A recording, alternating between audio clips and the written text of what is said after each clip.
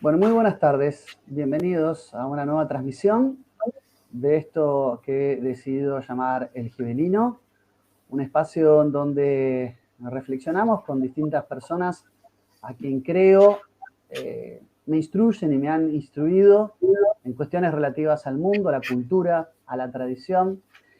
Y precisamente por eso, porque este espacio se llama El Gibelino, es un programa, el de hoy, no apto para mentes cerradas. Digo porque tengo muchos seguidores que circundan círculos cristiano-católicos y hoy vamos a viajar, nos vamos a trasladar a otra matriz de pensamiento, de concepción del mundo, pero que está, obviamente, que encuadra dentro de la tradición, ¿no? Nosotros le hemos dedicado ampliamente en este espacio a entender lo que es la tradición perenne. Hemos estudiado a Ébola, hemos estudiado a Mordini, hemos hablado de Miguel Serrano y hemos llegado a la conclusión, en todos los casos, de que contra el progresismo, esta mirada de que todo lo moderno, falacia ad novitatem mediante, por el solo hecho de ser nuevo es mejor, el mundo desde el cual nosotros tratamos, de concebir los procesos históricos, se basa en un mito, entendiendo debidamente la idea de mito no como mera fantasía, como mera imaginería, se basa en el mito de los poemas hesiódicos de las edades, es decir, que el acontecer, el devenir, está en un proceso de decadencia, de depreciación constante. Cuando Hesíodo en la Teogonía, ¿no?, nos presenta sus catálogos, sabemos que de este libro, que es fundacional junto con la epopeya homérica, la Ilíada y la Odisea, que eran la Biblia de las tradiciones griegas, cuando Hesíodo en Trabajos Irías, que es el libro que complementa a las constelaciones teogónicas, nos relata el mito de las edades, los grandes eruditos y estudiosos de la poesía hesiódica, todos, absolutamente todos, concluyen y coinciden en que Hesíodo se inspira en el mito de las edades que viene de Oriente, poniendo entre comillas esto de Oriente que ya hemos puesto en duda una y otra vez, porque Oriente es Oriente a la luz de una concepción ya de por sí moderna, capitalista, de un mundo que hoy se yergue de manera impertérrita a las transformaciones aberrantes de la modernidad. Entonces, en el contexto de la lucha que hemos decidido entablar contra el mundo moderno, en esta rebelión que hemos llevado y emprendido contra el mundo moderno, hoy tengo el honor de compartir esta charla con quien tengo el gusto también de compartir una amistad, que es don Swami Satyananda Sarasvati, ¿no? Bienvenido, Swami, un placer, un gusto y un honor tenerlo en mi canal. Lucas, una satisfacción estar contigo y participar de este interesante programa que has creado. Bueno, les cuento que Swami, nacido en Barcelona en el año 55, ha vivido 3 décadas en la India, conoce a fondo la tradición hindú, especialmente el Advaita Vedanta, el shivaísmo de Cachemira y la filosofía del yoga. También quiero en algún momento hablar un poquito de eso y de qué significa. Tenemos una visión muy distorsionada hoy por hoy de lo que es el yoga. En 1976 conoce a Swami Muktananda, que lo iniciará en el camino de la meditación. En 1982 recibe los votos como renunciante, eso significa Swami, ¿no? Sannyasa, de la orden de Sri Shankara. Se establece a los pies de la montaña de Arunachala, en compañía de discípulos directos de Sri Ramana Maharshi. Estudia sánscrito y más tarde en Tapovanam, Tamil Nadu, se adentra en la contemplación de los Upanishad bajo la guía de Swami Nityananda Giri. Actualmente reside en Cataluña, donde imparte enseñanzas sobre el hinduismo.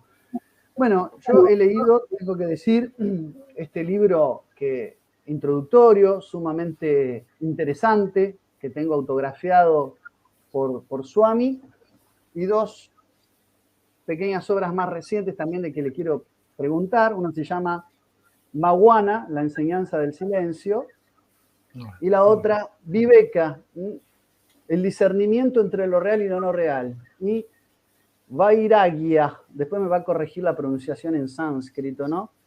El desapego, la idea del desapego que tantas veces hemos hablado.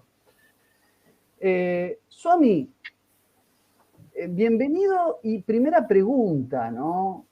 ¿Qué es esto de lo que tanto se está empezando a hablar? Porque nadie puede dudar desde el sentido común que estamos en una era de decadencia en el mundo. Estamos atravesando un mundo decadente. Los que hemos leído a Spengler, ¿no? La decadencia de Occidente. ¿Qué es el Kali Yuga? ¿No? Desde una concepción profunda y meditada de este concepto, de esta idea. El Kali Yuga. Antes de entrar en lo que es el Kali Yuga, podemos ver la concepción hindú, la concepción tradicional hindú de los ciclos cósmicos. Tu introducción ha sido muy interesante porque hay esta cercanía en todo la tradición hindú. Cuando vamos a la Grecia antigua, hay muchísimas correspondencias, muchísimas similitudes, como que hay esta tradición primordial indoaria, de la cual surgen estas dos tradiciones de pensamiento, a veces muy cercanas. La concepción es que existe en este flujo de emanación, de manifestación del mundo temporal, en la manifestación temporal hay 4 grandes eras. Una sería Satya Yuga, como la era de la veracidad, la era de la armonía, la era de que el ser humano está en perfecta armonía consigo mismo y con el cosmos. Satya Yuga, la edad de oro sería esta, ¿no? Correctamente, correspondía con la edad de oro. Después de esta era vendría Tetra Yuga, donde este Dharma, esta armonía, empieza a resquebrajarse. Aún hay una gran armonía, aún los gobernantes son dármicos, actúan con honestidad, con ética, las personas viven por valores, la vida es algo sagrado, el universo es respetado. Y seguiría Dwapara Yuga, la tercera era. Cada vez estas eras son más cortas. Si la primera era 1.600.000 años, la segunda es 1.200.000, la tercera 700.000, son cifras muy largas. Hay quien dice que son simbólicas, quien dice que corresponden a años humanos reales, esto es debatible. Y finalmente Kali Yuga. Ha habido este descenso. A veces el Dharma en la India se compara con la forma de una vaca. La vaca tiene 4 patas. En Satya Yuga, este Dharma o Prakriti, la naturaleza primordial, está con todos sus miembros en el suelo. En la segunda era falta una pata. En la tercera 2. Y en Kali Yuga solo se aguanta con una pata, con lo cual, ¿dónde vemos corrección? ¿Dónde vemos? Y donde más se ve esta caída es en el Kshatriya, en el gobernante. El gobernante es aquel que debería de encarnar los valores, que debería ser como el representante solar de la máxima ética. Su vida sería un ofrecimiento a las personas que viven bajo su protección. ¿Y qué vemos? Absolutamente lo contrario. Vemos fuerzas muy oscuras que mueven el mundo. Bien, lo preocupante no es que ocurra esto, porque estos son ciclos naturales, sino que se nos condiciona a creer que estamos evolucionando y que el ser humano está en un estado de mayor evolución que en tiempos antiguos. Quizás sí que podemos ir de vacaciones al Caribe y tenemos nevera y tenemos cosas prácticas, pero a nivel espiritual el ser humano ha ido quedando reducido cada vez más a una concepción casi física de sí mismo. Ha perdido esta unión con el cosmos y está en un estado altamente deteriorado. Entonces, ahora estaríamos, si viésemos la cronología hindú tradicional, estaríamos en el año 5126, si no me equivoco, de Kali Yuga. Y esta era llegaría hasta 432.000 años. Es decir, que estamos empezando Kali Yuga. Los textos hablan de este fin de Kali Yuga. En el fin de Kali Yuga no existe la palabra espiritualidad, ni tradición, ni trascendencia, ni meditación, ni tan solo libertad, ni existen divinidades, ni templos, ni religiones, ni tradiciones espirituales. Todo ha quedado reducido a un hombre puramente productor y consumidor. Es decir, el capitalismo o el comunismo habrían llegado a su conclusión final, a generar entes puramente materiales que producen y son explotados. Esta es un poco la teoría.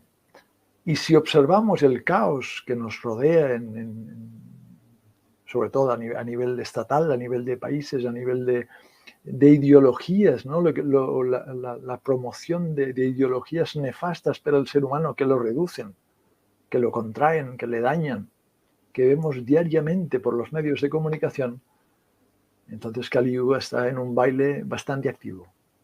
Esto es como introducción a estos ciclos.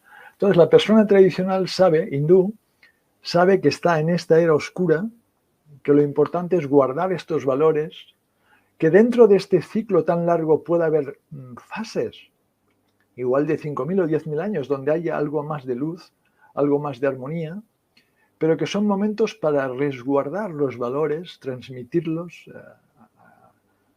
a la gente que aún puede comprenderlos y a la vez observar cómo una parte grande de la humanidad pierde ya todo contexto con lo que es la sacralidad de la vida, la sacralidad del universo.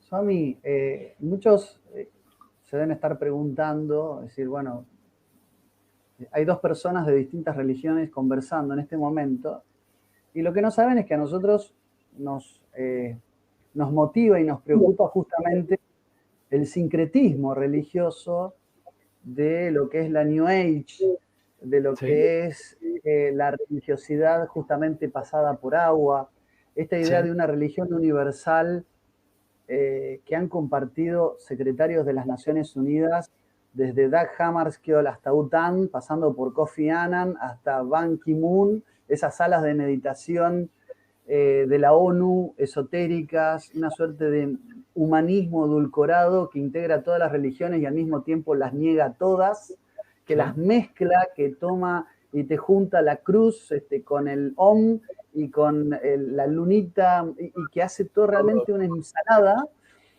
¿Cómo ves dentro de lo que es el hinduismo, de lo que es, que además es una religión que es difícil para nuestra concepción a veces moderna y occidental de las cosas, es una religión con características únicas, es decir, que no tiene un solo libro y un fundador, sino que hay muchísimos libros, hay distintas escuelas de enseñanza dentro del hinduismo.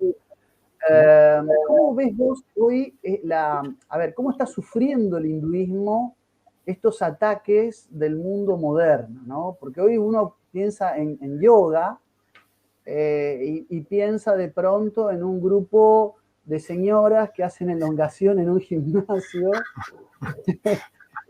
Claro, ¿no? Que pagando una cuota y que con resultados y se llevan de paso el paquete de cremas y el quemador de grasas para estar bien para el verano, ¿no?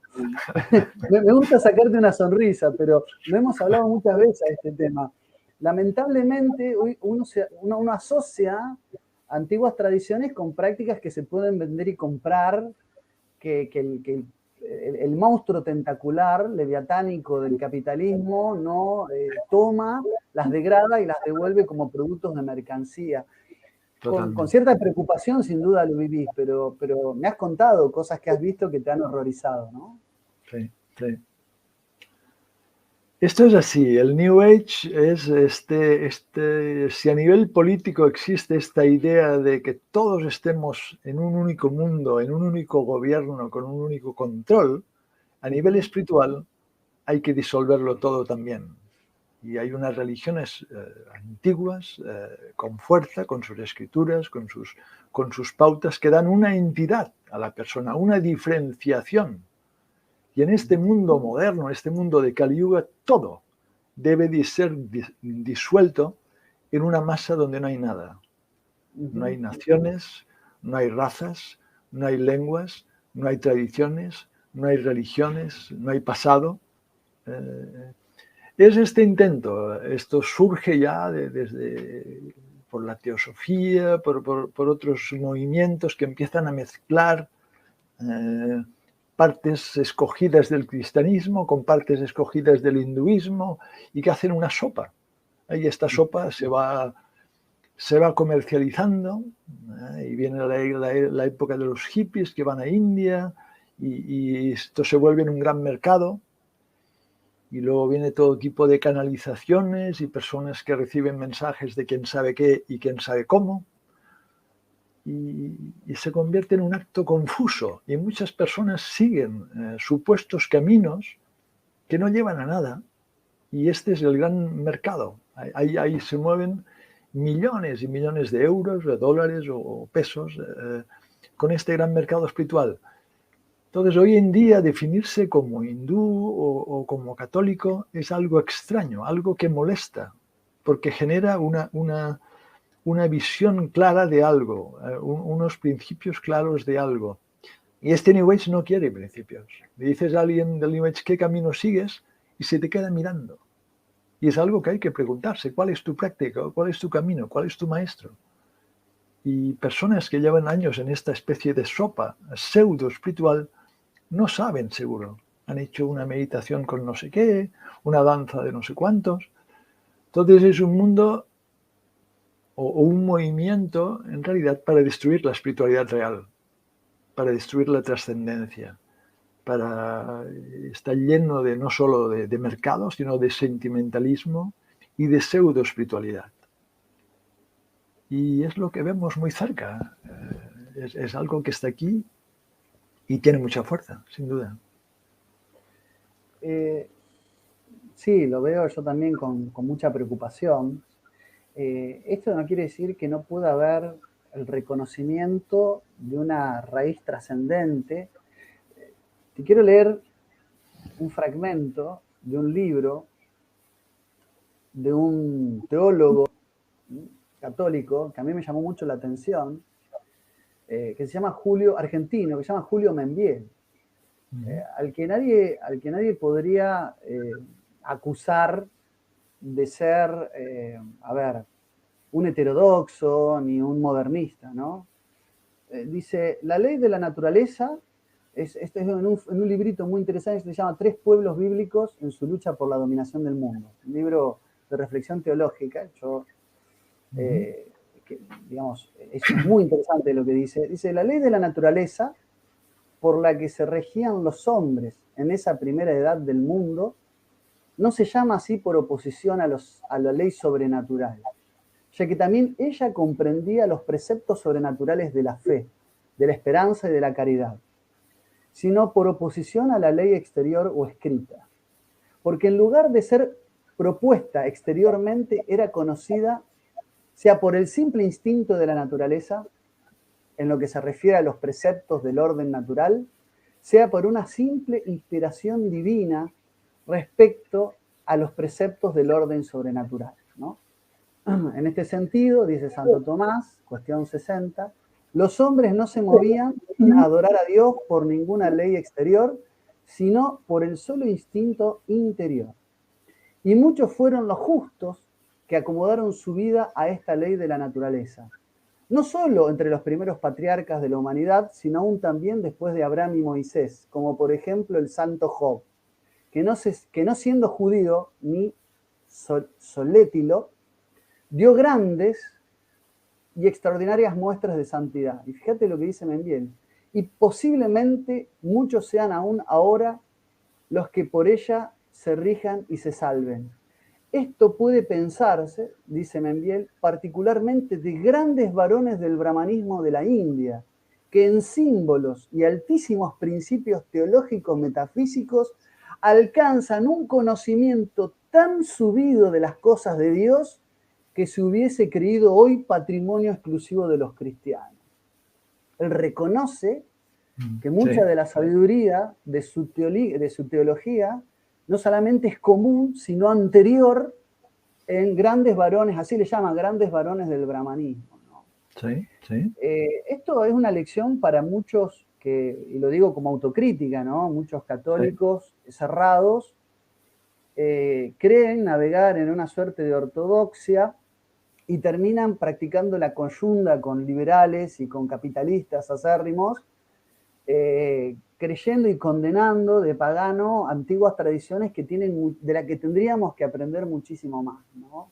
Sin necesariamente mezclar, acá no estamos hablando de mezclar, ¿no? Sí, Pero sí, lo dice Membiel, nada menos. Esto me parece que es una lección para muchos nacionalistas católicos de mi país, que para ellos verían incomprensible un diálogo como el que nosotros, Swami, tenemos de manera asidua.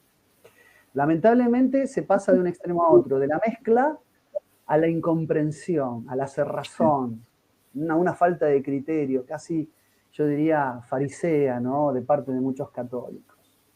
Ahora, Swami, una de las cosas que trae el Kali Yuga en este mundo decadente, putrefacto desde el punto de vista de los valores, que como muy bien y atinadamente explicaste, está expresado en nuestros gobernantes, en la forma de nuestros gobernantes, es la pérdida del carácter sagrado del poder terrenal. Es decir, bueno, la religión puede ser algo que uno practica en la intimidad de su hogar o en el templo. Ahora, el mundo debe regirse por leyes y el gobernante debe gobernar conforme a procesos democráticos, consensuados, racionales, modernos, prescindiendo de cualquier iluminación trascendente para decidir. Es increíble porque el mundo, digamos, si el Kali Yuga es el periodo más breve, ¿no? de este proceso de decadencia, hace apenas pocos siglos que esta concepción del mundo está imperando y el mundo convivió perfectamente con un orden sagrado del poder político, donde el monarca y el gobernante se subordinaba a la ley de la naturaleza y a la ley de Dios para tomar sus decisiones. Claro. No hay forma hoy de ver, y después nos escandalizamos de la corrupción, de los desafueros, de la falta de virtud de nuestros gobernantes. A futuro, Swami, ¿cómo podríamos combatir o pararnos frente al Kali Yuga? ¿A través de una profunda reflexión interior, desde la contemplación? ¿Cuáles son los caminos desde tu, extensa experiencia como hombre religioso y además como estudioso de estas tradiciones? Profunda reflexión interior, una intensa práctica espiritual, siguiendo el camino tradicional que sigamos, y sobre todo cuestionando todos los valores del mundo moderno, todos, desde la misma democracia, a la igualdad de los seres humanos, todo esto que lleva a esta no diferenciación debe ser cuestionado. El hombre tradicional es una persona diferenciada, es una persona que tiene su fuerza, su poder, y lo ejerce por su fuerza interior. Y este mundo moderno lleva a personas llenas de emociones, sin fuerza, sin shakti, que diríamos en la tradición hindú. Entonces es estar en el propio camino, sacralizando cada acto, sacralizando nuestra vida, recuperando el cosmos sagrado, porque el cosmos sagrado no ha desaparecido. El cosmos sagrado está aquí, pero hay unas fuerzas que intentan ocultarlo. Entonces es hacer este esfuerzo consciente de vivir en esta luminosidad. En estos momentos creo que la comunidad es algo muy importante. La comunidad de personas que comparten una misma tradición, una misma visión tradicional del cosmos y compartir, ayudar, dejarse ayudar, buscar formas alternativas de vida, ser cuanto más independientes mejor, en muchos sentidos. Y bueno, es una ola que pasa. Uno la resiste, pero es una ola que tiene que pasar, según la concepción hindú. A la vez, mi maestro siempre decía, para aquel que está en el centro de su ser, para este Kali Yuga no existe. En el nivel interior, si yo estoy en este Satya Yuga, estoy en este centro de luz y fuerza, Kali Yuga no me afecta, lo cual no quiere decir que no vea su efecto fuera, pero el efecto sobre mí va a ser mucho menos. Y esto es lo que uno debe de ser fuerte y luchar para sostener esta contemplación trascendente en el interior. Qué lindo, ¿no? Volver a un Satya Yuga desde el interior, ¿no? Esta posibilidad de permanecer inamovible, imperturbable, ¿no? Frente a la decadencia. ¿Sí? Como hombre, a ver, nacido en Barcelona, como hombre nacido en suelo europeo, que se considera también como tal, más allá de que viviste muchísimos años en la India y aprendiste con maestros, ¿no? de la India, me has compartido en más de una oportunidad tu preocupación por Europa, ¿no? Por lo que está pasando en Europa, por no solamente la decadencia, sino una Europa que está condenada a desaparecer porque traiciona sus propias raíces, porque traiciona su propia identidad, porque se mantiene absolutamente enceguecida respecto a aquella grandeza que el antiguo mundo, ¿no? y en España en particular, logró forjar, ser forjadora, ¿no? Hoy estamos viviendo un proceso lapidario, ¿no? En el mundo occidental, pero del cual creíamos que ciertos atisbos en su momento de esa raza europea iban a resurgir, iban a ser contestatarios. Sin embargo, en este nuevo orden internacional, este gobierno único, sincrético, mantiene con este progresismo ideológico, mantiene a una Europa todavía muy, muy sometida. Yo lo veo con mucha preocupación. ¿Cuál es tu visión en particular ahora como insisto, como europeo, como catalán, como español? ¿Cuál es tu visión del mundo de Occidente, del viejo mundo, en el actual periodo del Kali Yuga?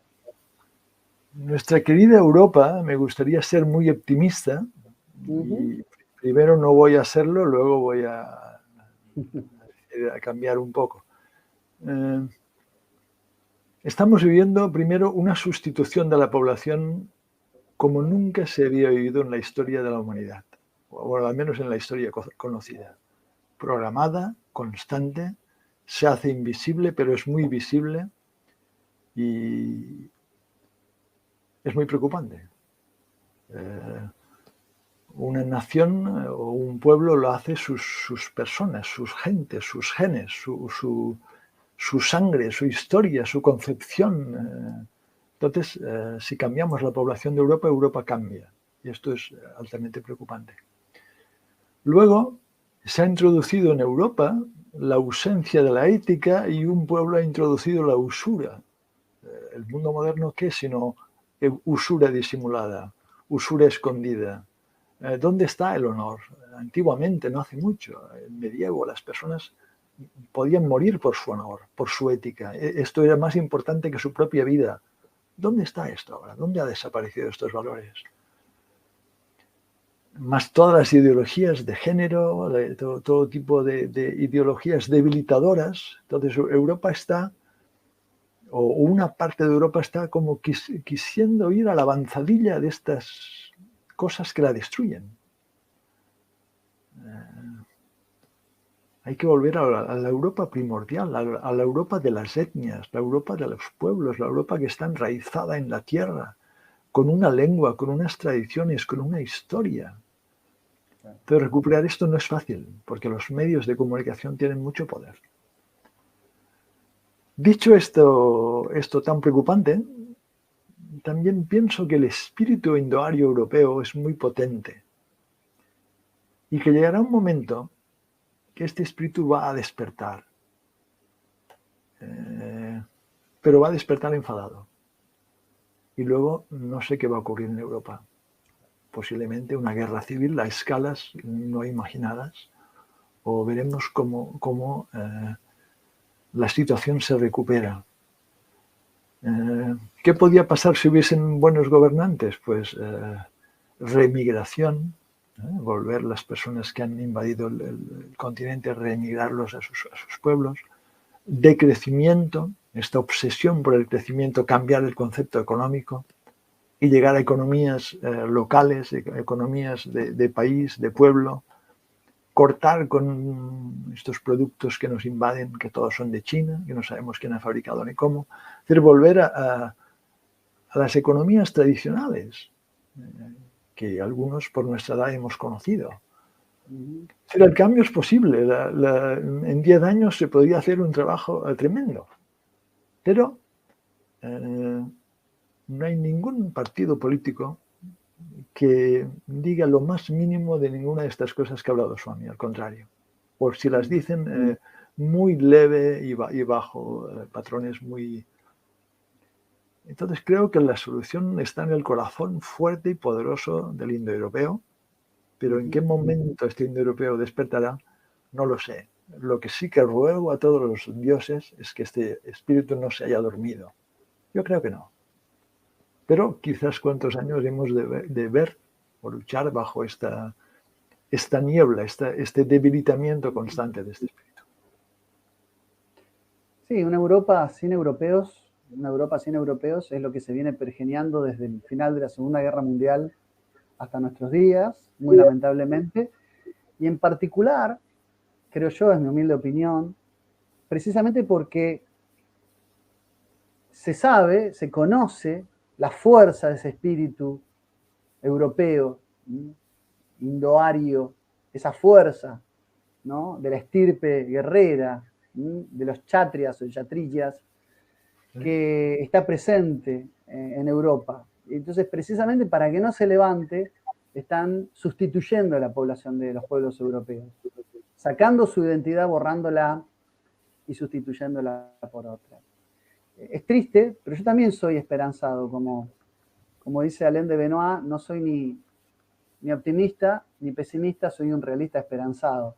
Esperemos que la cosa cambie y que esa fuerza hoy adormecida resurja, ¿no? Sí, puede resurgir en cualquier momento y tener un gran poder. Y hablando,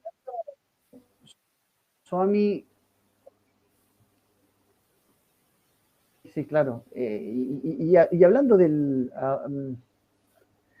la usura, ¿no?, que es el gran mal que azota, o sea, la lógica de la usura, no hay usura sin modernidad, no hay usura sin modernidad y no hay modernidad sin capitalismo.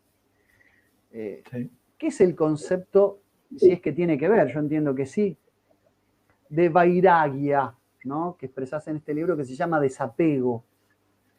¿Qué significa la idea de desapego, no? Hay un capítulo sobre el tema, el desapego. Me llamó la atención y pensaba en ello mientras hablabas de la usura, ¿no?, que es todo lo contrario. Sí, sí. Vairagya es el título de este texto, igual que otro es Mauna, el silencio, y Vairagya es el desapego. Si te fijas, palabras donde hay silencio en este mundo moderno ruidoso, ¿y dónde hay desapego?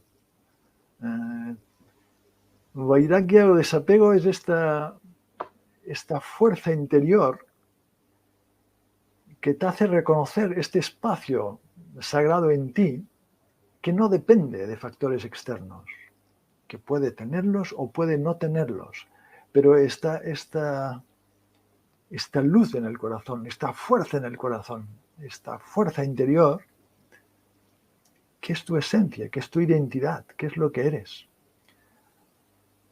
Vairagya o desapego viene con otra palabra, que es el uso justo de los medios, o santosha, el contentamiento, no usar más de lo que no mereces o no necesitas, tener un concepto claro de la comunidad para que los bienes lleguen a todos. Son palabras sánscritas muy importantes en la tradición hindú, que son como dardos ante este mundo moderno que intenta que estas palabras ni las leamos, ni las pronunciemos, casi ni las conozcamos, porque corresponden a un estado armonioso de la persona y de la sociedad. Sin vairagya, sin un cierto desapego, estamos siempre atados por el deseo y la dependencia de cosas externas. Como ya decían los antiguos griegos, cuanto menos deseos tengo, más libre soy. Lo cual no quiere decir que no hagas cosas, que no actúes, pero puedes actuar sin deseo, puedes actuar por otras concepciones.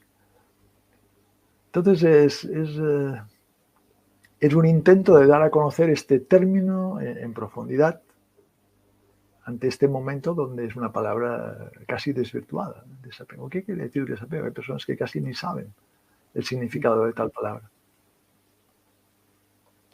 Qué lindo, ¿no? Qué lindo poder revalorizar el silencio y el desapego. Cosas que efectivamente se han convertido en extrañas, absolutamente extrañas. Alguien desapegado y alguien en silencio es alguien no apto para el mundo moderno. Es alguien inútil, que no profiere ningún sentido a la modernidad, porque la modernidad es jolgorio, es algarabía vacua, y es justamente el apego a todo lo externo, al tener y al aparentar, ni siquiera al tener, al aparentar. Sí. Y ruido para tapar el vacío que la persona moderna o imbuida por esta modernidad siente al estar en silencio. En los caminos tradicionales, la contemplación, el silencio, son la fuerza de la persona. Y hoy el silencio es como un reto. Estar en silencio ante alguien lo puedes incomodar mucho y puede ser un acto de comunicación profunda, estar en silencio. Claro, el silencio puede ser una vía de comunicación profunda. Qué lindo, qué interesante. No puedo dejar de preguntarte, Swami, y a riesgo de que censuren mi programa y mi canal, estamos atravesando una situación a nivel mundial sobre pretexto de una emergencia sanitaria, mientras que no se hable de la única cura hoy manifiesta, consistente en la aplicación de no sé ya cuántas dosis, ¿no? De no sabemos qué, hoy el mundo, el mundialismo, el globalismo ha mostrado su verdadera cara, ¿no? Su cara más opresiva, ¿no? Que nos mantiene encerrados, que nos mantiene en cautiverio, que nos tiene, bueno, realmente en un estado de asedio constante, sobre pretexto de protegernos de un mal invisible, sin utilizar esas palabras que pueden... Ahí volví. Tengo una conexión que a veces por ahí va y viene. Bien, estamos bien. Bueno, no, haciendo... Pensaba que ya te habían censurado antes de decirlo. Antes de decirlo. No, quería saber mínimamente, y no sería raro. Cada vez el ojo que todo lo ve está a la orden del día. No, quería saber cuál es tu opinión, que también entiendo que mirarás con mucha preocupación, en la que estamos viviendo, ¿no? Donde la ciencia, sobre todo, un discurso falsamente científico, pero se han cerrado los templos, y me refiero con esto a los templos de todas las religiones. Se ha puesto a la ciencia y un discurso cientificista a la salvaguarda de la humanidad. Sabemos que con un sentido contrario a salvaguardar a la humanidad, es todo lo contrario, pero aún así se ha utilizado el discurso de la ciencia más moderna para que un grupo de laboratorios nos tengan a todos de rodillas, ¿no? Y esto no sería posible si no estuviéramos en un Kali Yuga, ¿no? Totalmente. Galopante y recalcitrante. Esta es la expresión de este Kali Yuga. Es decir, detrás de esta supuesta pandemia o lo que quieran hacernos ver, este miedo con el cual nos infusionan cada día, estas restricciones que han sido una prueba de control mundial como nunca habían ocurrido, detrás ¿qué hay? El control total, el control cada vez más exacerbado, cada vez más pujante, ¿no? de los seres humanos. Defensas, un poderoso mundo interior, apagar por supuesto la televisión y reconocer la fortaleza interior y el sentido común. Y darnos cuenta de que esta supuesta ciencia de que tú hablabas está trabajando para los laboratorios, ya no es ciencia. La ciencia admite debates, la ciencia admite posibilidades, la ciencia admitía cambios. La ciencia, con sus más y menos, era algo que iba evolucionando, creciendo, ¿no? con opiniones contrarias. Aquí no se ha admitido nada. Ha habido un dogma y este dogma ha sido el único que hemos tenido que aceptar todos. Entonces, para los que pueden ver, es un acto de manipulación masiva a escala mundial muy grande. Entonces, hemos de protegernos. Pero si uno no tiene un mundo interior poderoso, uno se desanima, se preocupa en exceso. Uno debe de guardar la calma y la alegría en medio incluso de los momentos más dramáticos.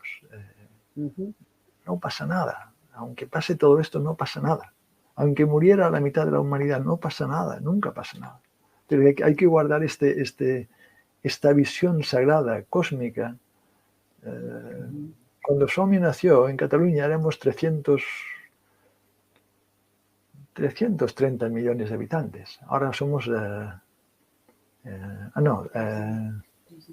3 millones de habitantes. Ahora somos 7 y pico. Pues bueno, si la mitad desapareciera no es tan grave, no pasa nada. Todo sube, todo baja. No, a veces con la muerte nos asustan, con el sufrimiento nos asustan y han llevado a la población a aceptar cosas inconcebibles. Es mantener el sentido común, mantener la paz interior, mantener la fuerza y luego actuar de la forma más inteligente. Me gustó esto que decías del miedo, ¿no? Cómo el miedo se ha convertido en vehículo de manipulación y de dominación. Y el miedo se hace presente allí donde no hay valores, donde no hay principios trascendentes y donde no hay voluntad interior, ¿no? Donde la muerte es lo peor que nos puede pasar, cuando en realidad no es así. Exactamente. Para aquel que vive en su centro, que vive en un camino tradicional, que reconoce el silencio interior, sabe que la muerte es un paso, es una puerta, que no pasa nada. Entonces es con este primero debilitamiento mental de las personas y luego las manipulo con el miedo, con el supuesto sufrimiento y con muchos datos falsos, claro. Muchísimos datos falsos. La guerra psicológica. Swami, hablando de salud, ¿no? y de estar fuertes, yo he tenido la gracia, y esto se lo cuento un poco a los que nos están viendo, yo he tenido la gracia de que me hayas venido a visitar en 2 oportunidades y haber tenido una conversación personal, que es la mejor forma de hoy que estamos atravesados por la tecnología y estamos, como siempre decís en tus conferencias, todo el día mirando el aparatito. Yo he tenido la gracia y el provecho de poder conversar contigo de manera personal y no he logrado hacerte probar más que una taza de té, no he logrado que ingirieras más que una infusión de té. Un té de moringa creo que una vez te convide, no pude hacerte tomar, porque todos hablan de que los swami tienen unas dietas muy, a ver, muy estrictas, y siempre hablas de que alimentarse es que ingerir el alimento como si fuera un remedio, una curación, y siempre hablas incluso del baño y de la limpieza como una purificación, ¿no? El mundo moderno ha convertido al aseo, lo ha convertido en mera limpieza del cuerpo. Totalmente. Y mera belleza. Y estar agradable y lindo, y no purificar lo interior de la persona. Y a la alimentación la ha convertido o en una conducta social o en un acto desmedido de engullir, de gula y demás. Y todos se preguntan qué comen los swami, porque nunca te he visto comer nada, por eso te lo digo. Pero sería bueno que nos saques un poco de nuestra ignorancia sobre el tema, porque todo eso tiene una explicación, y es una explicación muy interesante, ¿no? No, si vienes a España, te invito a comer en nuestro barrio y verás que Swami come bien.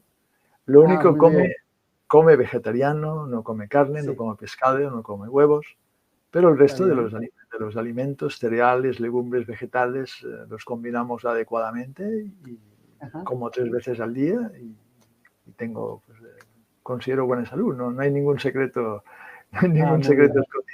Pero sí que siempre se dice en India que uno puede enfermar por influencias externas, ambientes enrarecidos. Uno puede enfermar por la comida, sobre todo exceso de comida o mala comida, y uno puede enfermar por exceso de pensamiento.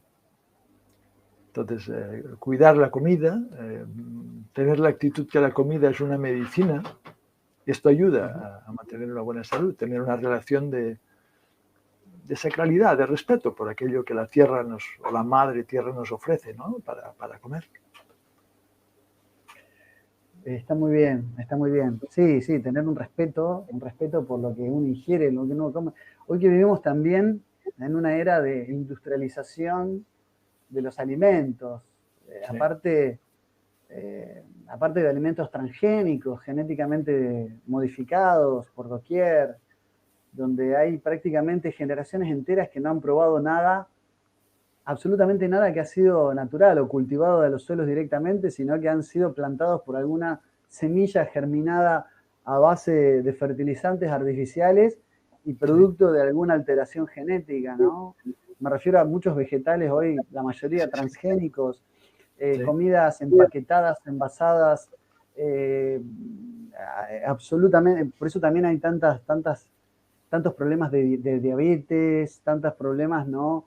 Tanta celiaquía, muchas personas que tienen muchas dificultades que son producto de la mala calidad de alimentos que vivimos hoy en el mundo.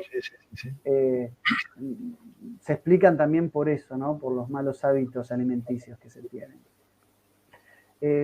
Bueno, hay una cosa, Swami, que me gustaría conversar contigo. Si uno quisiera, no estando versado, ¿no?, en la lectura profunda de los Upanishads, de los textos sagrados del hinduismo, los que somos ajenos a todo ello porque no tenemos una formación adecuada, no hemos recibido instrucción, si quisiéramos conocer, alguna enseñanza más allá de tus libros, que son muy buenos, que a modo introductorio me han servido muchísimo para adentrarme en ese universo tan profundo y tan vasto, ¿no? La vastedad de sabiduría que tiene el hinduismo.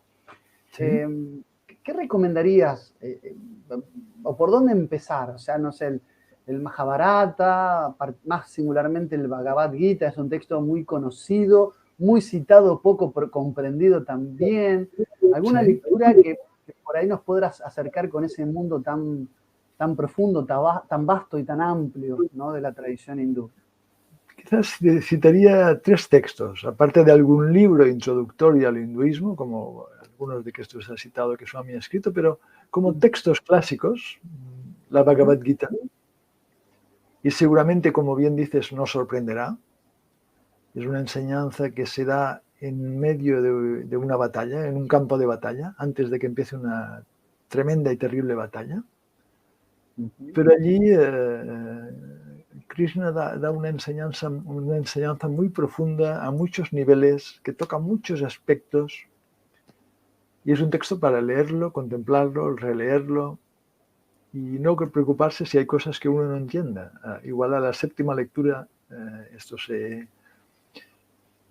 aclara. Otro texto muy interesante es la Katha Upanishad. Las Upanishads es la parte final del Veda que habla del conocimiento del propio ser, del conocimiento de lo que es. La Katha Upanishad es el diálogo de Nachiketa, un joven de 16 años, con Yama. Yama es el señor de la muerte. Y Nachiketa, que desciende al mundo de Yama, le pregunta acerca de la muerte. Entonces aquí hay una enseñanza muy profunda también que nos da, como nos muestra la esencia del Dharma hindú, la esencia del hinduismo. Un tercer texto, si alguien quiere comprender la mente, los procesos mentales, los procesos que pueden llevar a una meditación y al silencio interior, sería los Yoga Sutras de Patanjali. Los Yoga Sutras son unos sutras, unas frases cortas, con gran sentido, que necesitan normalmente un comentario, pero hay varios comentarios en español, en lengua española. Y habla de los distintos aspectos de la mente, del porqué, del sufrimiento, de estados aquietados mentales. Esta es una lectura un poco más ardua, pero muy interesante.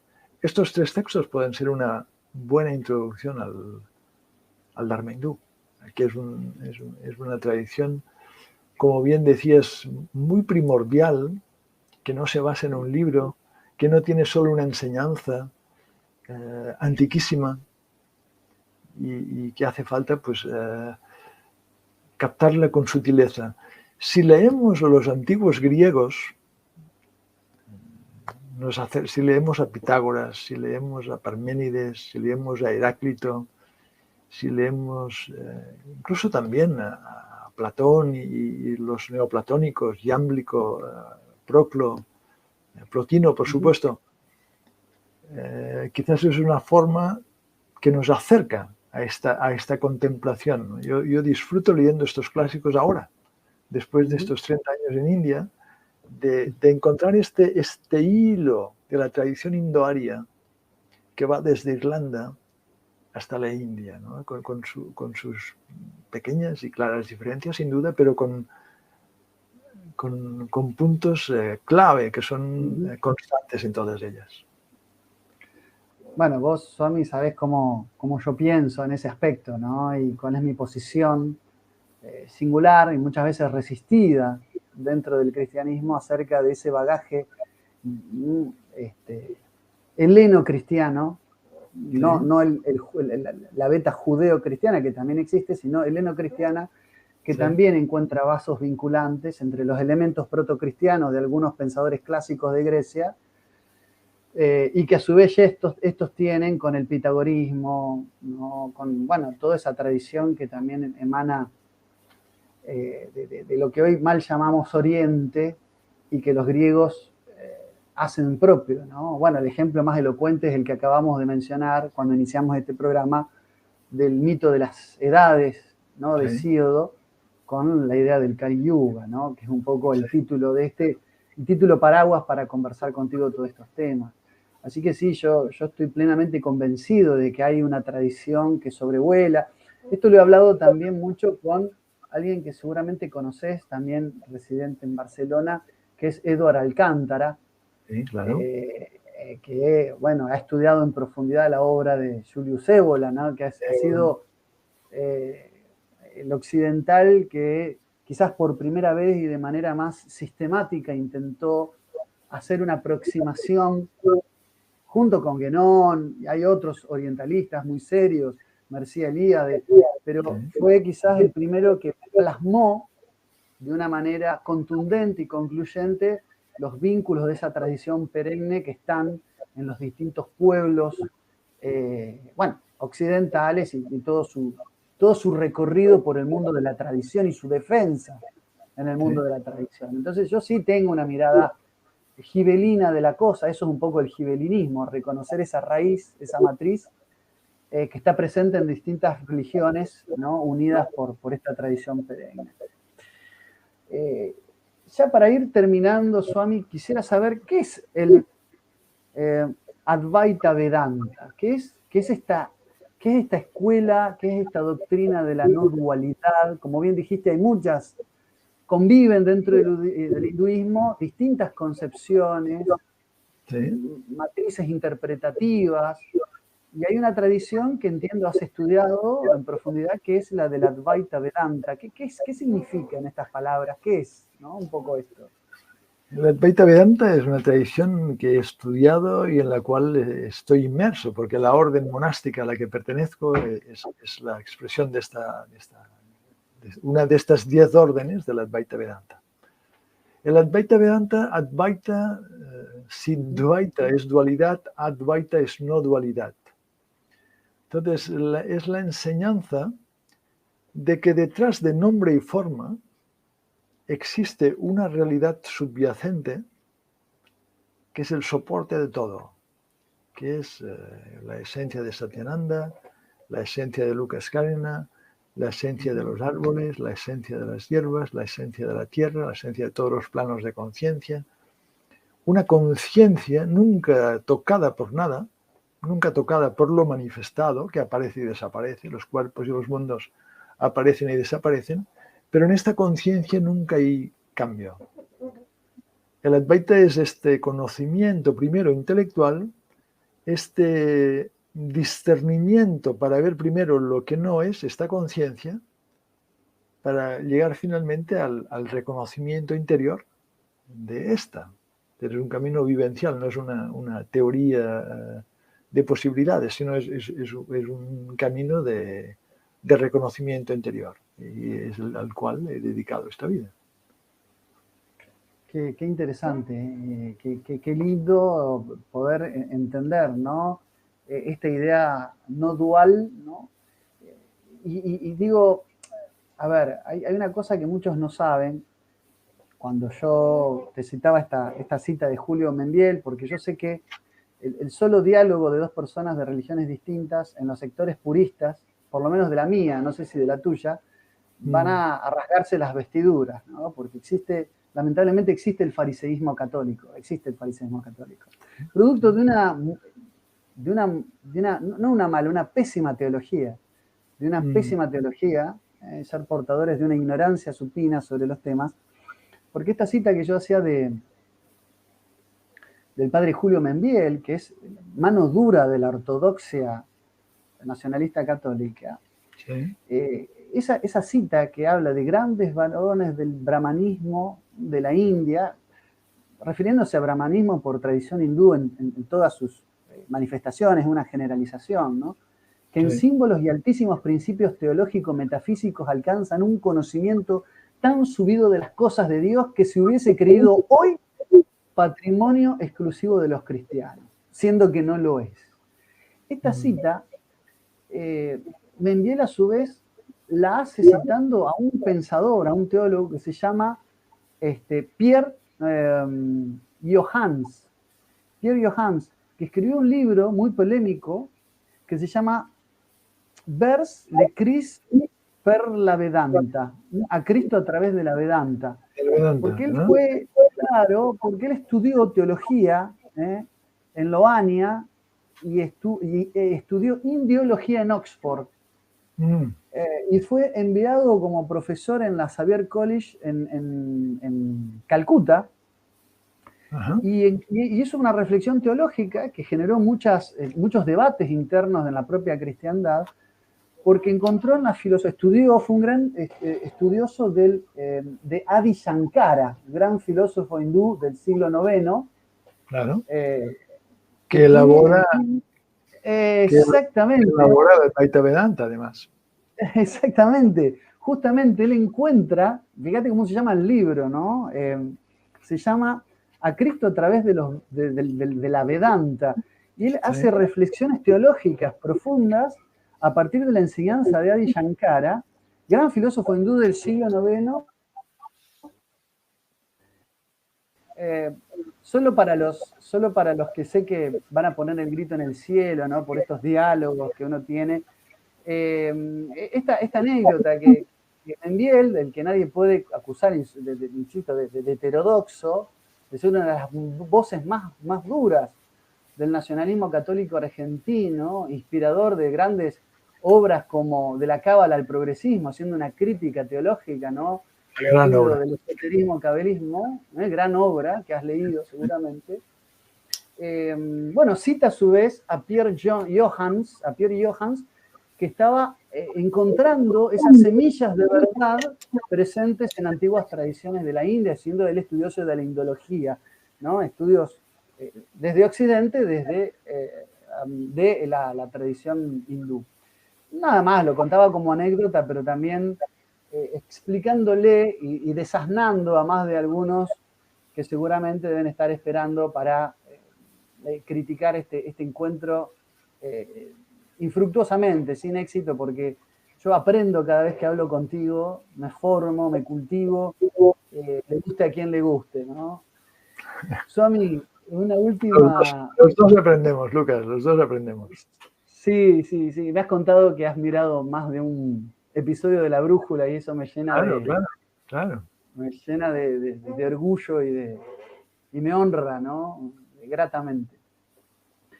Swami, para despedirme un poco e ir cerrando, llevamos 1 hora de transmisión. ¿Sí?